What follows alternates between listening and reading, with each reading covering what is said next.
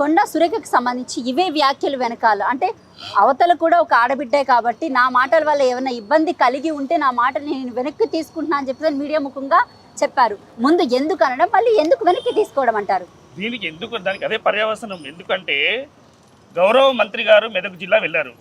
అక్కడ నూలు వస్త్రం ఒక హారం లాగా వేయడం జరిగింది.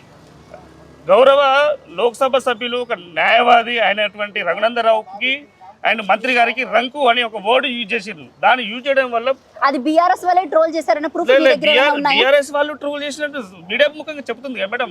మీడియా పూరంగా చాలా దగ్గర కూడా ఏమైనా ఎవిడెన్స్లు ఉన్నాయా?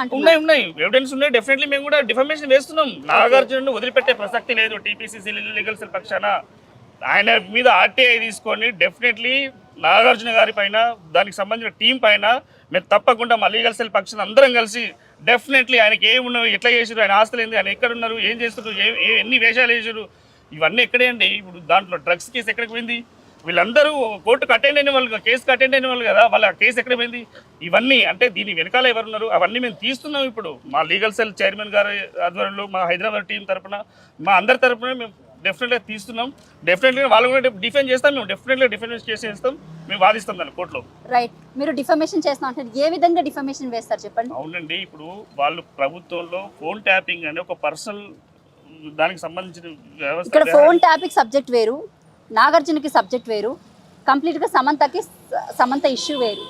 నాగార్జున గారు ఇక్కడ సమంత గారికి ఆవిడ క్షమాపణ చెప్పినట్టు నా మాటల్ని వెనక్కి తీసుకుంటానికి సమంత గారికి మాత్రమే చెప్పింది.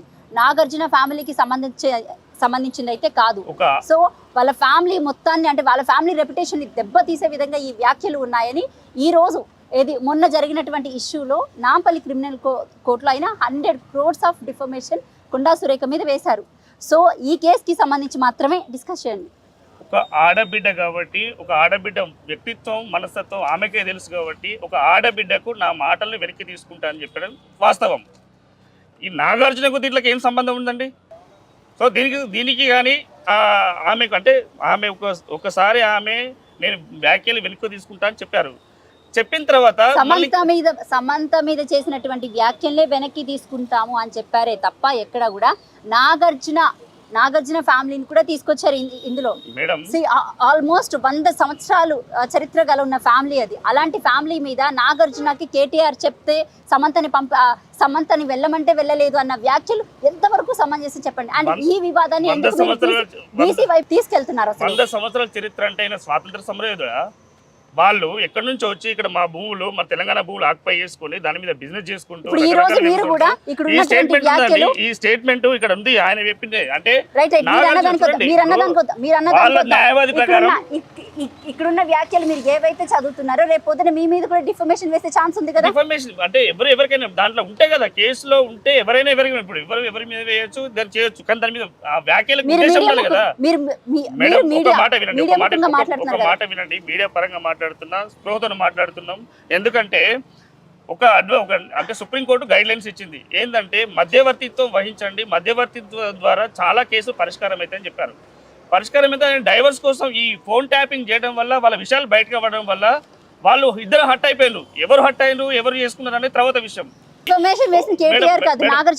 మేడం వినండి, ఈ నాగార్జున గారు ఇన్కన్వెన్షన్ అడ్డు పెట్టుకొని మీరు నాగార్జున ఆయన దగ్గరికి వెళ్ళి మాట్లాడని చెప్పిండు.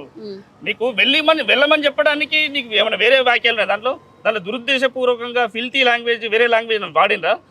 నీకు మీడియా మధ్యవర్తిత్వం వహిస్తున్న క్రమంలో వెళ్ళి కలిసి రండి అని చెప్పారు. సో అదే విషయాన్ని ఇంతకుముందు జరిగింది కాబట్టి ఏమేమైనా చూసింది ఏమన్నా? దాంట్లో కొండా సురేఖ గారు ఏమన్నా వేరే లాంగ్వేజ్ మాట్లాడారా? ఏం మాట్లాడలేదు. వెళ్ళమని చెప్పిర్రు. అంటే ఈ విడాకుల కేసులో మధ్యవర్తిత్వం వహించడం వల్ల ఇద్దరి మధ్యలో దానికి ఎక్కువ అంటే సాగదింపి వాళ్ళకు పొరపొచ్చాలి, వాళ్ళిద్దరి మధ్యలో గ్యాప్ రావడానికి ఈయన కారణం అని చెప్పి ఉద్దేశం వాడ. అంతేగాని దానికి వేరే ఉద్దేశం ఏముంటుంది? దానికి వేరే ఉద్దేశం అవసరం లేదు కదా. ఫోన్ ట్యాపింగ్లో 100 మంది ట్యాప్ చేసిండ్రు. దానికి ఎవరు కారణం? అంటే రాష్ట్ర భవిష్యత్తును ఫోన్ ట్యాపింగ్ ద్వారా చాలా మందిని ఇన్ఫర్మేషన్ ఇచ్చినట్టు కదా, వాళ్ళు పర్సనల్ లైఫ్లో గ్యాదర్ చేసినట్టు కదా.